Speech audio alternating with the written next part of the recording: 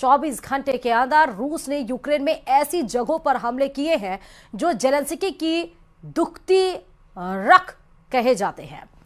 Putin अब Ukraine से क्या चाहते हैं, यह डिमांड उन्होंने एक बार फिर दोहराई है, लेकिन साथ में यह भी कहा है कि बातचीत का मकसद 100% जीत है। देखिए रिपोर्ट।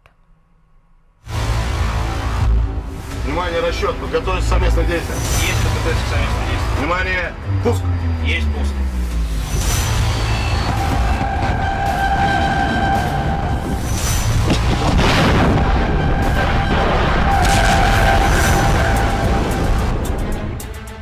यूक्रेन में ये आग बता रही है कि पुतिन अब क्या करने वाले हैं। खार्किव को जलाकर रूस का अगला टारगेट कौन बनने जा रहा है, ये तस्वीरें बता रही हैं। कैपिटल कीव के बाद जेलेंस्की के सबसे अहम शहर खार्किव का ये हाल किया है रशियन मिसाइल और ड्रोन ने। परमाणु बेस पर हमले के बाद यूक्रेन पर रहम के लिए अब पुतिन के दिल में कोई जगह नहीं है।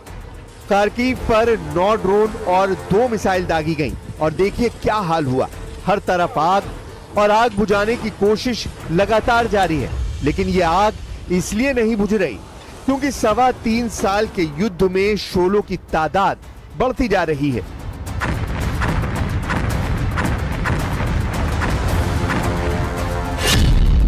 पुतिन ने 3 शहरों को टारगेट बनाया, खार्किव, सुमी और ओदेसा। एक ही रात में करीब 100 ड्रोन से अटैक किया गया। यूक्रेन का दावा है कि 36 ड्रोन गिरा दिए गए, 25 जाम कर दिए गए, लेकिन बाकी अपने टारगेट पर जाकर फटे। यहां पड़ा है वही शाहिद ड्रोन जो रूस ने ईरान से मंगाया है। इसके एयरफ्रेम के कई हिस्से बरामद हुए हैं। इसके मोपेड वाले इंजन के टुकड़े भी देखे जा सकते हैं।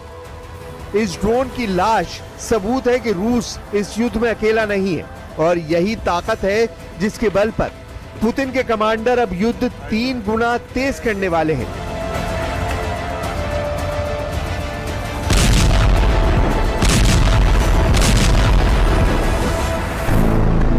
रूस में सुरक्षा परिषद के उपाध्यक्ष दिमित्री मेदवेदेव, जो रूस के राष्ट्रपति भी रह चुके हैं, उन्होंने कहा है कि यूक्रेन से बातचीत का बस एक मकसद है, संपूर्ण जीत और यूक्रेन में नाजीवाद हुकूमत की 100% तबाही। पुतिन के इन इरादों को टक्कर देने के लिए यूरोप में नई कोशिश शुरू हो गई है। फ्रांस के राष्ट्रपति इमैनुअल मैक्रोन ने इटली का दौरा किया है। यहां प्रधानमंत्री जॉर्जिया मेलोनी से उनकी मुलाकात हुई और दोनों के बीच यूक्रेन को लेकर काफी देर तक बात हुई। यानी पुतिन के खिलाफ यूरोप में लगातार सीक्रेट मीटिंग हो रही है और बहुत ही गोपनीय प्लान तैयार हो रहे हैं। जबकि दूसरा सच यह है कि पुतिन ने परमाणु बेस पर हुए हमलों के बाद अपने एटम बम वाली फोर्स को एक्टिव कर दिया है। रूस के मिसाइल बेड़े में ऐसे ऐसे खतरनाक हथियार हैं जो पेरिस से लेकर रोम और लंदन से लेकर वॉशिंगटन डीसी तक सब कुछ पिघला सकते हैं।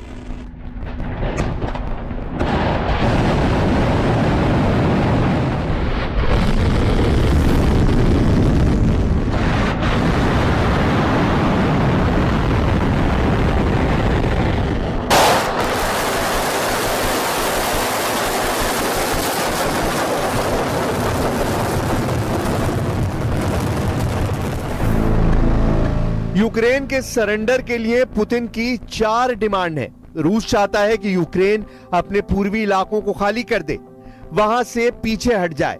दूसरी मांग कि यूक्रेन निष्पक्ष हो जाए, यूक्रेन की सेना की तादाद सीमित रहे और चौथी डिमांड कि यूक्रेन में चुनाव हो, नई सरकार बने। रूस का अभी यूक्रेन के 4 बड़े इलाकों पर कब्जा है। इसमें डोनेस्क है, लुहांस्क है, ज़ैपोरिज़िया है और खैरसोन तक का इलाका है। यानी पूरे पूर्वी यूक्रेन पर इस वक्त पुतिन की आर्मी का कंट्रोल है। क्राइमिया को मिलाकर यह यूक्रेन का करीब 20% हिस्सा है जिसे पुतिन नहीं छोड़ेंगे। ये यूक्रेन पर उनके हमले बता रहे हैं।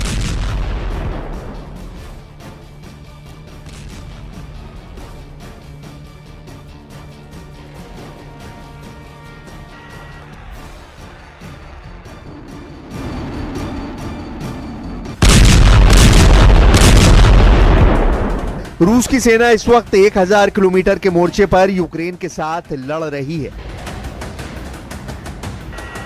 इसलिए सूमे और खार्किव का मोर्चा कब ढह जाएगा, इसका डर यूक्रेन की मिलिट्री लीडरशिप में ऊपर तक फैला हुआ है।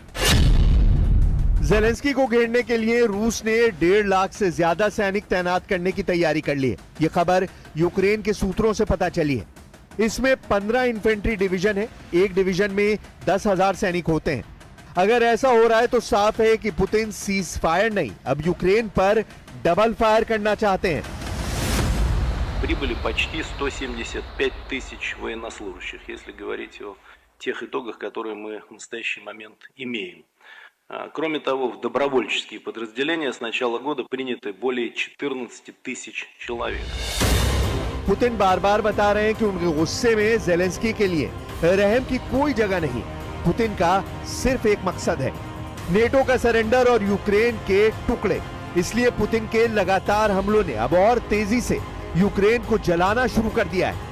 मई 2025 के बाद जून महीने की शुरुआत भी बहुत खतरनाक हुई है। ये तस्वीरें बता रही हैं कि पुतिन का इरादा अब यूक्रेन की फौज को पूरी तरह खत्म करना है। फिलहाल जेलेंस्की के पास जो सबसे बड़ी जिम्मेदारी थी वो उन्होंने पूरी कर दी है। रूस के परमाणु बेस पर हमला करके उन्होंने अपनी फौज के झुके हुए कंधों को उठा दिया है। लेकिन अब बारी पुतिन की है और उनका गुस्सा बता रहा है कि यूक्रेन को रूस से बचाना अब नामुमकिन होगा।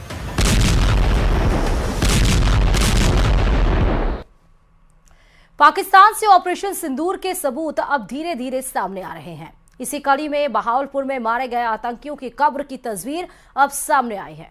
तस्वीर में 21 आतंकियों की कब्र नजर आ रही है, जिनमें जैश ए मोहम्मद के सरगना मसूद अजहर के परिवार वालों की कब्र भी है, जो बहावलपुर में भारतीय वायुसेना की स्ट्राइक के दौरान मारे गए थे। देखिए रिपोर्ट।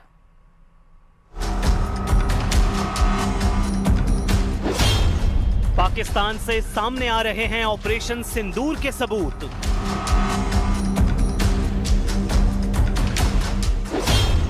सामने आई मसूद अजहर के परिवार की कब्रों की तस्वीर। 7 मई को आतंक के खिलाफ भारत के ऑपरेशन सिंदूर में पाकिस्तान के 9 आतंकी ठिकानों को निशाना बनाया गया था। पाकिस्तान बार बार अपनी जमीन पर आतंकियों की मौजूदगी को नकारता रहा, लेकिन हर बार ऐसे सबूत सामने आ जाते हैं जो पाकिस्तान के झूठ को बेपर्दा कर देते हैं। ताजा सबूत एक ऐसी तस्वीर के रूप में सामने आया है जिसमें बहावलपुर में आतंकी संगठन जैश ए मोहम्मद के सरगना मसूद अजहर के परिवार की कब्र साफ नजर आ रही है। कब्रों पर हमले की तारीख भी साफ साफ पढ़ी जा सकती है। बहावलपुर में भारतीय वायुसेना के हमले में मसूद अजहर के परिवार के 10 से ज्यादा लोग मारे गए थे, जिसके बारे में खुद मसूद अजहर ने एक मातमी चिट्ठी के जरिए खुलासा किया था। बहावलपुर में मारा गया था मसूद अजहर का परिवार। जैश के गढ़ में भारतीय वायुसेना ने मचाई थी तबाही। ऑपरेशन सिंदूर के दौरान भारत ने पाकिस्तान के कोटली, मुरीद के और बहावलपुर समेत 9 जगहों पर हमले किए थे, जहां भारत का टारगेट जैश ए मोहम्मद और लश्कर तैयबा जैसे आतंकी संगठन थे, जो पिछले कई दशकों से भारत पर बड़े आतंकी हमलों के जिम्मेदार हैं। बहावलपुर में जैश का मुख्यालय था, जहां से आतंकी गतिविधियों को चलाया जाता था। 7 मई को भारतीय वायुसेना के जोरदार हमले में जैश का मुख्यालय तो तबाह हुआ ही साथ मसूद अजहर का परिवार भी दुनिया से रुखसत हो गया, जिसके सबूत अब सामने आ रहे हैं। आतंकियों के जनाजे में पाकिस्तान की असलियत के सबूत। इससे पहले भी पाकिस्तान से ऐसी तस्वीरें सामने आ चुकी हैं जो उसकी जमीन पर आतंकवादियों की मौजूदगी की कहानी बयां करती हैं। ऑपरेशन सिंदूर के बाद सबसे चौंकाने वाली तस्वीर लश्कर तैयबा के मुख्यालय मुरीदके से सामने आई थी, जहां आतंकियों के शवों के साथ खुद लश्कर का कमांडर अब्दुल रऊफ खड़ा था और उसके साथ पाकिस्तानी फौज और पुलिस के अधिकारी गम में डूबे दिखाई दे रहे थे। पाकिस्तान की कलाई खुल रही है। पाकिस्तान के खिलाफ नए नए सबूत सामने आ रहे हैं। लश्कर